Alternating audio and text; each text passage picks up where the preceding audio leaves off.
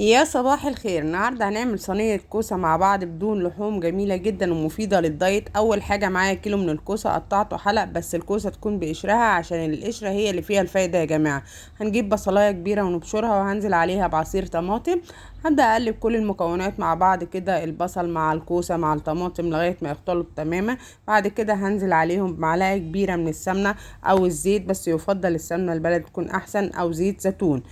بعد كده هنحط عليها البهار بقى بتاعنا، هننزل عليها بمعلقه فلفل اسود، معلقه بهار، معلقه بابريكا. وهننزل عليها كمان بالملح، وزي ما قلت لكم دايما الملح حسب الرغبه. هنقلب برضو البهار مع الكوسه والبصل والطماطم لغايه ما يختلطوا تماما.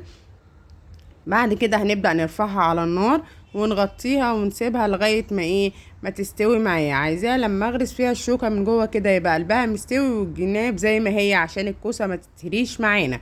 بعد ما تستوي معانا كده هنبدأ نزودها بكوباية من الشوربة تغلي غلوة معاها، وبعد كده ندخلها الفرن تحت الشواية لغاية ما تاخد معايا لون ذهبي جميل، يطلع شكله تحفة زي ما انتوا شايفين كده.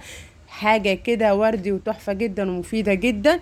والكوسة طبعا يا جماعة مفيهاش سعرات حرارية خالص زي ما انتم شايفين، بقت بالشكل القمر ده، وبقت احلى صينية كوسة ممكن تاكليها وبألف هنا.